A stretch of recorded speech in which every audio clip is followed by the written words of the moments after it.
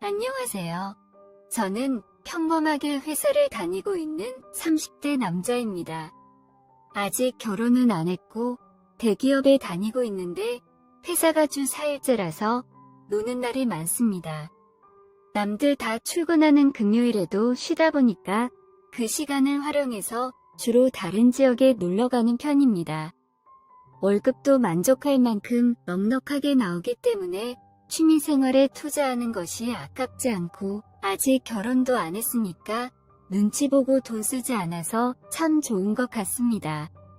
해외여행을 가기도 어려운 상황이다 보니까 취미로 캠핑을 다니기 시작했습니다.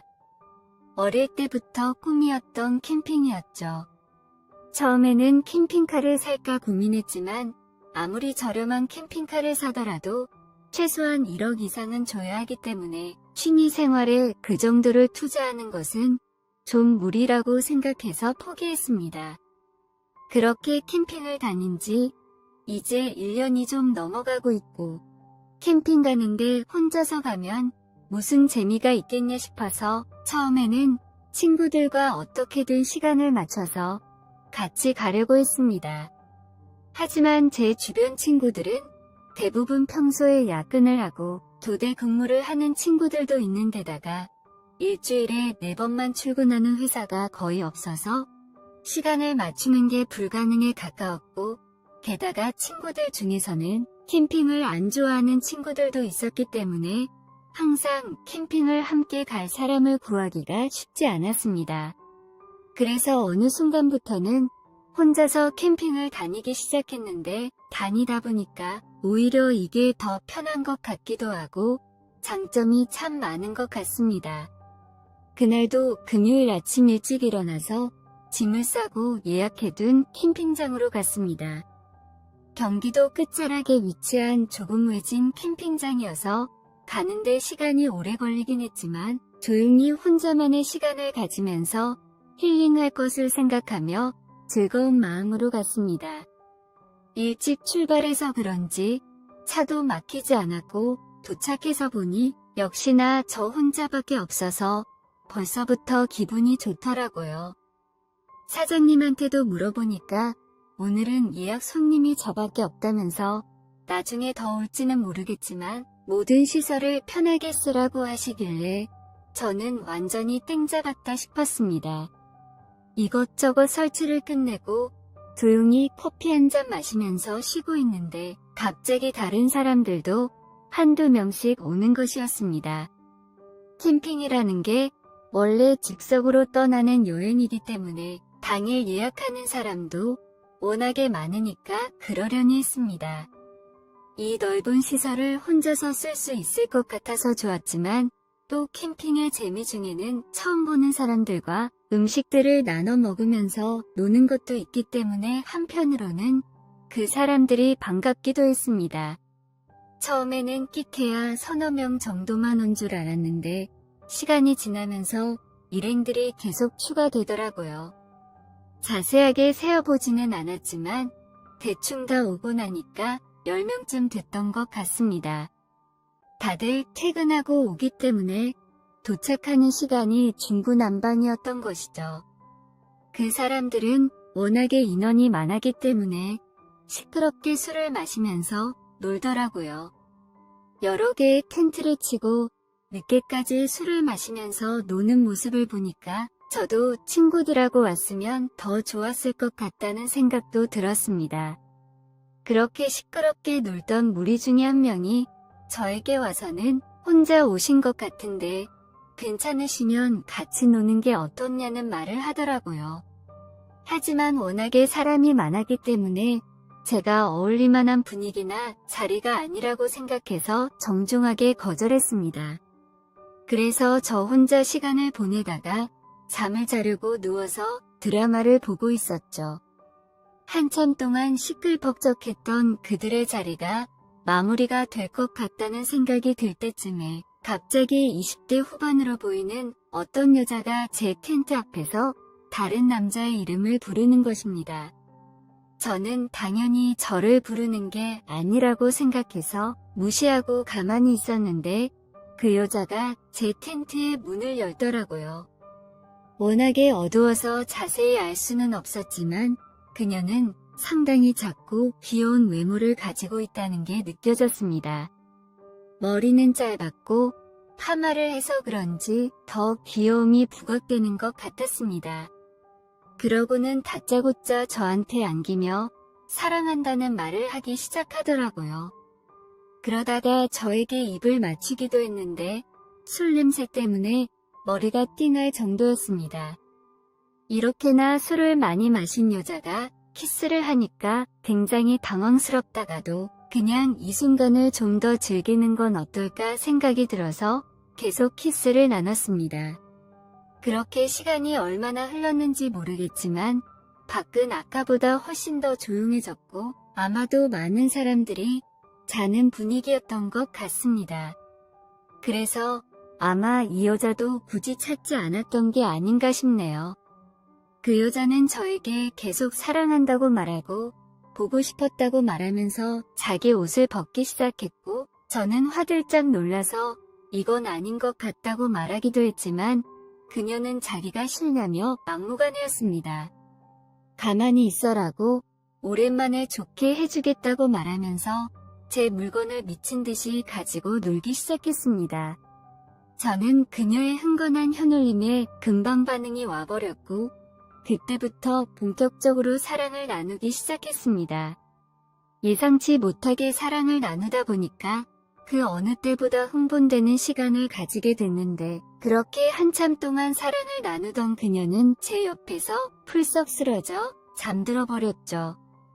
이 상황을 어떻게 정리해야 할지 몰라서 한참을 고민하다가 저는 차에서 자기로 했고 알몸인 그녀는 제 텐트 안에 그대로 내버려 두고 나왔습니다.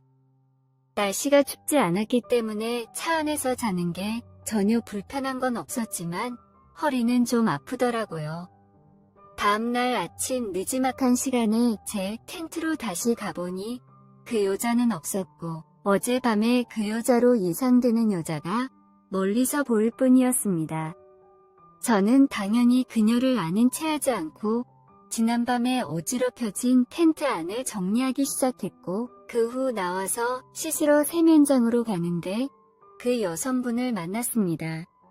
엄청 당황해하는 여성분의 표정을 보면서 저는 아무것도 모르는 척 인사를 하면서 지나갔습니다.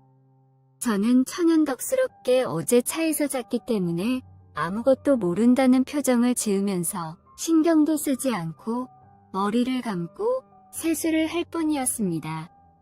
점심때쯤 되니 그 일행 중 몇몇은 돌아갔고 몇몇은 남아서 하루 더 캠핑을 하는 것 같았습니다. 그런데 확실히 캠핑 초보들인지 장비도 부족하고 경험도 부족해 보였습니다. 몇 번은 저에게 와서 물어보고 장비들을 빌려가기도 하더라고요.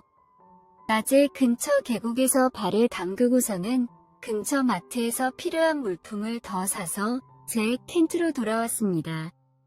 그런데 텐트 앞에 어제 그 여성분이 있는 것이었습니다. 어제는 자기가 많이 취해서 자기네 일행 텐트인 줄 알고 들어와 잠을 잤다고 하면서 미안하다고 사과를 하길래 또 한 번 천연덕스럽게 괜찮다고 말했습니다. 근데 그녀는 어제 선글라스를 잃어버렸는데 혹시 못 봤냐고 묻더라고요. 못 봤다고 하면서 찾으면 연락드릴 테니 연락을 받을 수 있는 전화번호 하나만 알려달라고 하였습니다. 혹시 어제 일로 따지거나 경찰에 신고한다고 할까봐 엄청 걱정했는데 그녀는 별말 없이 자기 연락처를 가르쳐주고 떠나더라고요. 좀 쉬다가 저녁을 준비를 하는데 그 일행들이 합석해서 같이 놀자고 찾아왔습니다. 먹을 것도 많이 남았고 도움도 많이 받았다면서 저녁을 준비해 준다는 것이었습니다. 저는 알겠다며 그렇게 하자고 말했지만 어설픈 것들이 많았던 그들이기에 결국에는 제가 저녁을 거의 다 준비했습니다. 그러고는 같이 술도 한잔하면서 이야기를 나눴는데 어제는 10명 정도 되는 사람들이 모여 있어서 그런지 정신이 없을 정도로 시끌벅적했는데 지금은 여자 4명만 남아서 그런지 한결 조용한 것 같았습니다. 그 중에는 대학원생도 있었고 이제 막 직장 생활을 시작한 분도 있었습니다. 어쩌다 보니 인생 선배로서 이런저런 조언도 해주고 고민 상담도 해주게 됐습니다. 그리고 그 중에는 저희 회사 후배도 있었습니다. 물론 다른 팀이기에 그날 처음 본 사람이었습니다. 적당히 술도 오르고 친구들끼리 있는데 너무 오래 있으면 민폐인 것 같아서 적당히 놀다가 제 텐트로 돌아오게 되었습니다. 그 후로 그들은 술을 더 마시는 것 같았는데 저는 텐트로 돌아와서 씻고 영화를 보다가 잠이 들었습니다. 꽤 잠을 잔 것 같은데 누군가가 갑자기 저를 흔들면서 깨우길래 봤더니 어제 불쑥 찾아온 그녀가 눈앞에 있더라고요. 그러면서 저를 빤히 쳐다보더니 혹시 어제 있었던 일이 기억 안 나냐고 묻더라고요. 그러고서는 저의 반응을 보더니 역시 다 기억할 줄 알았다면서 모르는 척 그만하라고 말하는 것이었습니다.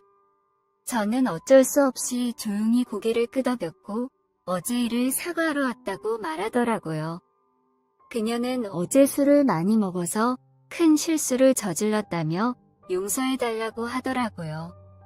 저 역시도 그녀에게 미안하다고 사과했습니다. 그러면서 맥주랑 안주 가지고 왔는데 한 잔 더 하자고 하는 것이었습니다. 제가 술을 잘 못하긴 하지만 왠지 그 맥주는 안 먹으면 나중에 두고두고 후회를 할 것 같아서 같이 마셨습니다. 선글라스는 찾았냐고 물었지만 아직도 못 찾았다면서 아무래도 새로 사야 될 것 같다고 하더라고요. 그런 이야기들을 나누면서 중간중간 저를 오빠라고 불러주는데 새삼 가슴이 설레고 기분도 좋았습니다. 가져온 맥주를 다 먹고 헤어질 시간이 다 다가오자 그녀는 아쉬웠는지 갑자기 저에게 키스를 하는 것이었습니다. 이유는 잘 모르겠지만 저에게 자꾸 마음이 간다면서 저를 안아주는 것이었습니다. 그러면서 오늘도 여기서 자고 가도 되냐고 묻길래 편한 대로 하라고 말했습니다. 그날은 그렇게 저희는 어제처럼 뜨겁게 사랑을 나눴는데 어제보다 훨씬 더 기분이 좋다는 걸 느낄 수 있었습니다. 그렇게 텐트 안에서 땀을 뻘뻘 흘리며 사랑을 나누다가 결국에는 자기네 텐트로 돌아가더라고요. 그녀의 적극적인 테크닉에서는 영혼이 빠져나가는 기분이었습니다. 그리고 일주일 정도의 시간이 지났을 때 그녀에게서 연락이 왔고 저녁에 퇴근하고 만나기로 했습니다. 저희는 그렇게 술도 마시고 손을 잡고 공원을 산책하며 데이트를 즐겼습니다. 알고 보니 직장도 가깝고 사는 곳도 가깝더라고요. 그렇게 걷다가 본격적으로 연애해보는 게 어떻냐고 제안하자 그녀도 너무나 당연하다는 듯이 바로 제 고백을 받아주었고 그때부터 그녀는 제 여자친구가 되었습니다. 몇 개월쯤 지나서 물어보니 그날 퇴근하고 데이트할 때 엄청 꾸미고 나온 거라면서 제가 고백을 안 했으면 본인이 저에게 고백할 생각이었다고 하더라고요. 뭐라고 설명할 순 없지만 갑자기 찾아온 그녀를 너무나도 사랑하게 됐습니다. 그날 이후에도 저는 꾸준히 캠핑하러 다니고 있지만 그전처럼 혼자서 하는 캠핑이 아닙니다. 항상 사랑하는 여자친구와 같이 다닙니다. 그리고 처음 만났을 때처럼 텐트 안에서 뜨겁게 사랑을 나눴죠. 평소에 집에서 하는 것보다 텐트 안에서 하는 게 훨씬 더 잘 되는 것 같습니다. 저희는 내년쯤에 결혼을 생각하고 있습니다. 그날 그 맥주를 같이 마시길 참 잘한 것 같습니다. 아마 안 마셨다면 지금까지 후회하고 있겠죠? 아무리 그런 사건으로 이 여자를 만났지만 이 여자가 해프다고 생각하거나 가벼워 보이지는 않습니다. 번듯한 직장도 가지고 있고 지금까지 열심히 공부하고 살아온 사람이라는 게 느껴지더라고요. 하지만 제 여자친구가 술을 많이 마시지 않게 단속을 잘해야겠다는 생각은 듭니다. 가끔씩 불안할 때가 있거든요.